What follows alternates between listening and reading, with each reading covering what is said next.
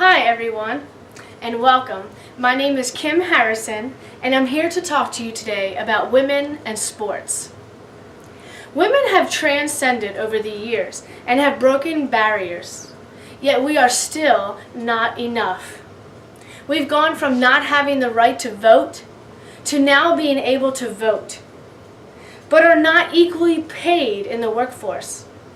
We are still not enough. Girls have gone from significantly less opportunities to participate in sports.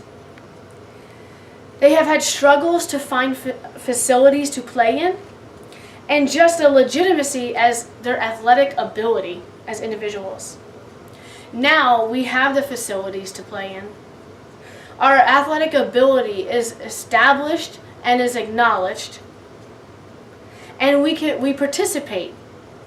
A statistic, in 1971, 300,000 girls played high school sports.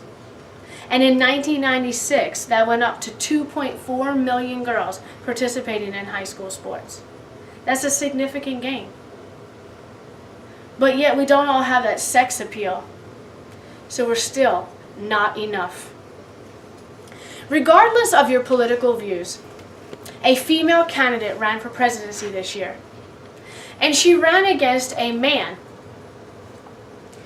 who publicly made a statement saying he would grab a woman by her genitals.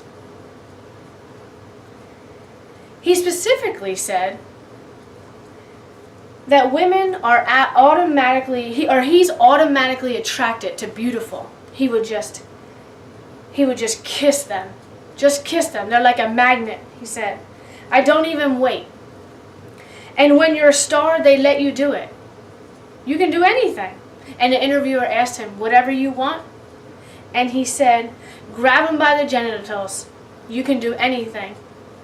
Now, after a little bit of slack from that on social media, he came back with a rebuttal that said it just played it off like it was locker room talk.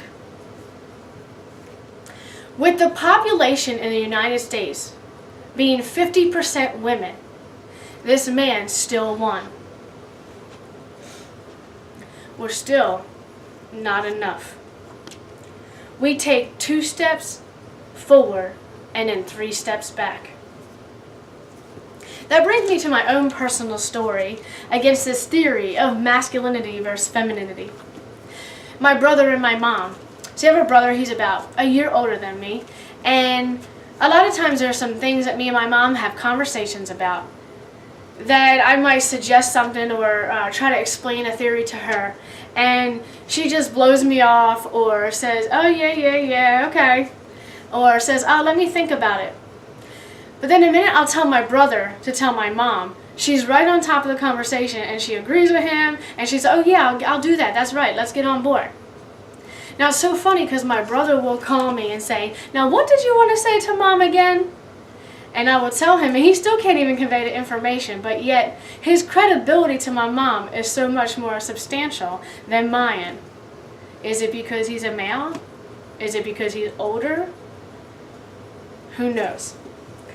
It's still not enough, even my own mother.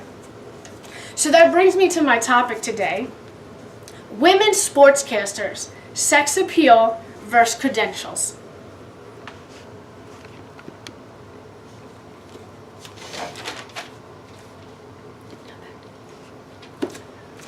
This whole theory of masculinity versus femininity is appalling, and why gender equality is so essential. In a field like sportscasting that is so dominated by males, women are seen as sexual figures rather than the professionals that they should be. We work hard to get into our professions, and then we are told that we don't have the look for the job. We're still not enough. Trenny Kushniak, which is a women's Comcast sportscaster for the NHL, stated that when she first began her career, she was originally going on an interview as a reporter for Comcast. She told the interviewer that she knew nothing about hockey. But yet they told her she had nothing to worry about, that she would learn that. And that she has the looks for the job. And she was hired. And she wasn't hired as a reporter. She was hired as a sportscaster for the National Hockey League. She was in shock that her credentials didn't matter. Now, women can get a job over a man or woman who had a more impressive resume of credentials. Is it because of the sex appeal?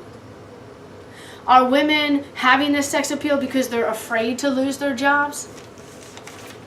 Yes.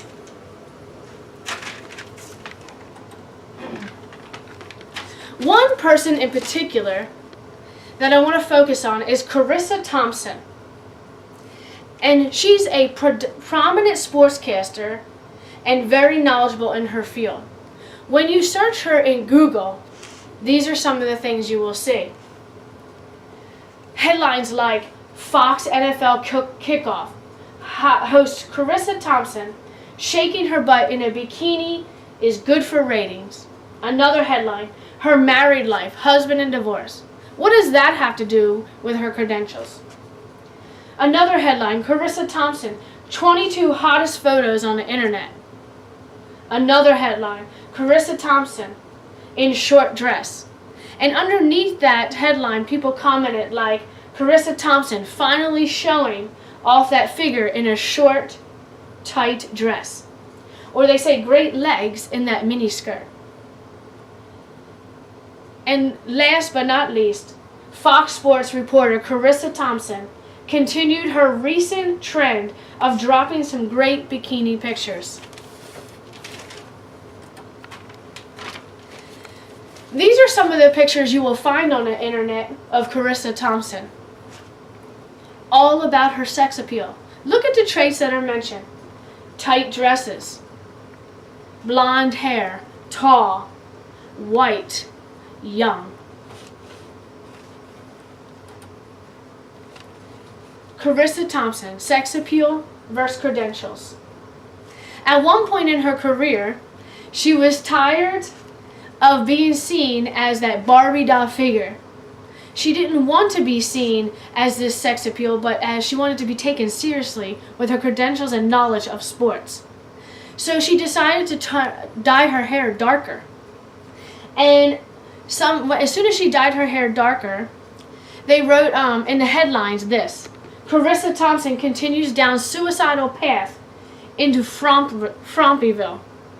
She wasn't on a suicidal path. She wanted to be taken seriously. And she realized that it didn't matter, so she dyed her hair blonde. And then another tweet came out that said, welcome back to Bonerville. Who's writing these? Male dominance. At the age of 35, Charissa Thompson got Botox. Why did she get Botox? Because she said her shelf life. As a woman sportscaster, if she doesn't have the looks as she gets older, she will lose opportunities, less events covered, and she will be replaced by younger women, more prettier women, according to male society. These are pictures of some older sportscasters. These are the women that Charissa Thompson is afraid to become.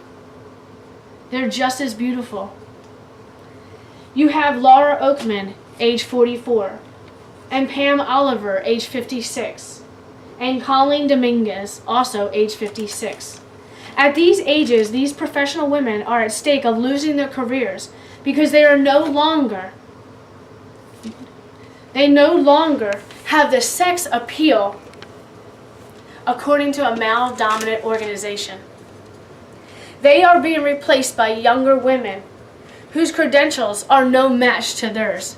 These women have over 20 years of experience as sportscasters, but yet they are not enough.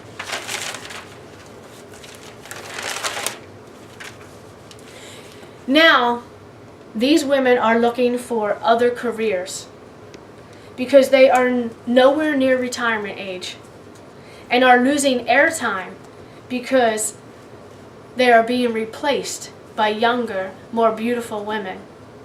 So they are still not enough. What are we going to do about this problem, this sex appeal versus credentials for women?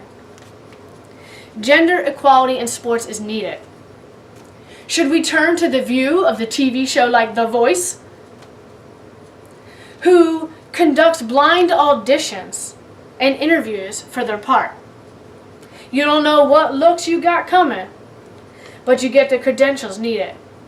Both qualified men and women are losing out on sportcaster opportunities because they are still not enough. Thank you. I am Kim Harrison.